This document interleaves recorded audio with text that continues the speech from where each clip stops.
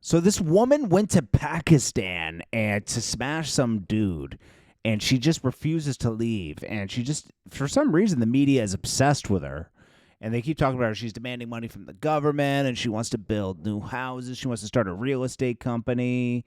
And whenever they ask her personal questions, she says it's against her religion to answer personal questions. She's just on another level. So 50 Cent said, "Security makes sure this woman never comes near me. She's out there. She has kids at home and everything. She refuses to go home. It's very odd." Now, there's reports of Irv Gotti had another stroke. He had one like about a year ago, and he kind of recovered from it, but then he had another one. Unfortunately, I mean, he just did that deal where he got $100 million 2 years ago. He sold his whole catalog, and now he's having health complications, unfortunately. Supposedly, he's on life support. Friends and family saying their goodbyes. Is this true? I don't know, right? But 50 Cent posts it, and he says, "Damn, I wanted to see some of my new shows." Now, if you don't know, Irv Gotti was business partner with Supreme. Supreme's the guy who tried to take 50 Cent out. Also, Irv Gotti admittedly blocked 50 Cent from getting a deal everywhere he could and almost forced him into Eminem and Dr. Dre's hands, which was like the perfect storm for him to blow past pause Irv Gotti and Ja Rule and then end their careers. So, if someone doesn't want you to eat and they want you to starve or they want you dead, it's F them for life. But it's a sad situation, like this is going to happen to all of us at one point. And it's sad to see. I mean, Irv Gotti is not that old. I think he's like 52, maybe 55.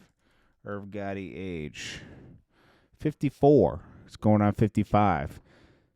Fairly young, man. It's sad. As much as annoying as he is, it's like you don't wish that on somebody. So 50 Cent leaks this phone call with Tammy Cowens to confirm that they will be working on a documentary to expose Big Meech. I agree. It's unfortunate, right? Yeah. It really is, but I agree. So, we'll just let it be told when the story gets told. Yeah. And I'm only going to stick to the truth and keep it pushing, right? That's it. That's all it is. So 50's got his foot on Big Meech's neck because Big Meech wanted to renegotiate and be an executive producer at the BMF for the BMF series with stars. He wanted to have more control of the storyline. He said, "This is my story. I should." And 50 Cent said, "Whoa, slow your roll, bro. You just got out, And he's like, "Nah, but I'm home now." When Meech was in prison, he was like, "Hey, I appreciate 50 Cent. This is priceless. You put my son on. I can never thank you enough."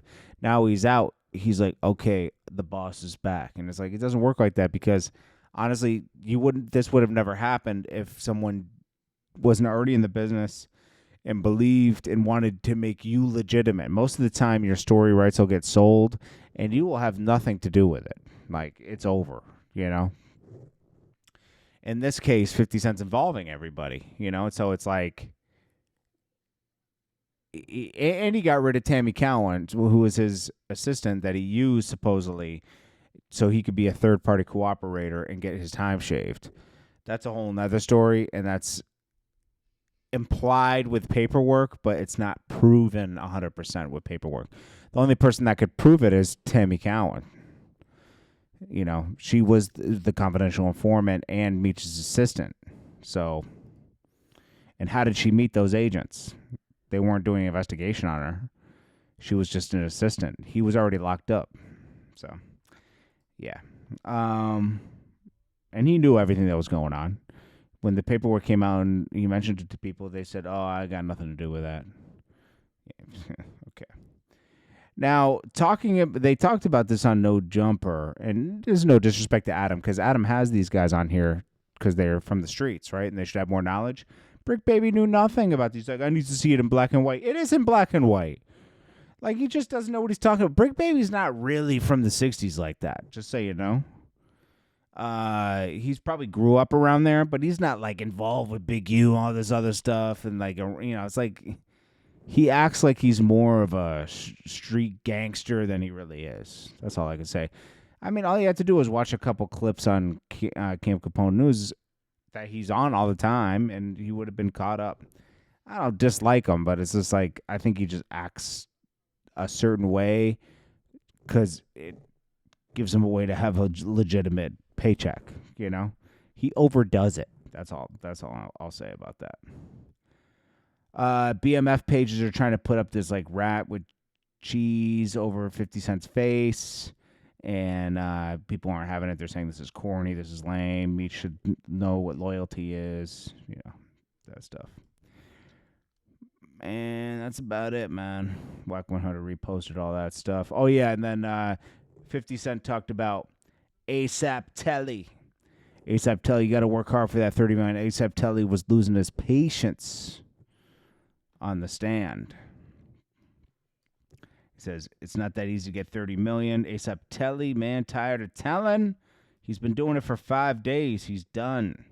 And they were trying to just say, like, they were making a point that in court, don't you have a civil case after? He's like, what does it have to do with this? This is the criminal case. And then the tapes dropped.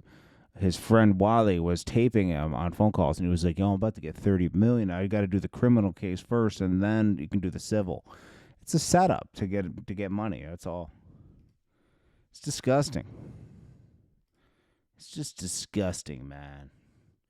Disgusting.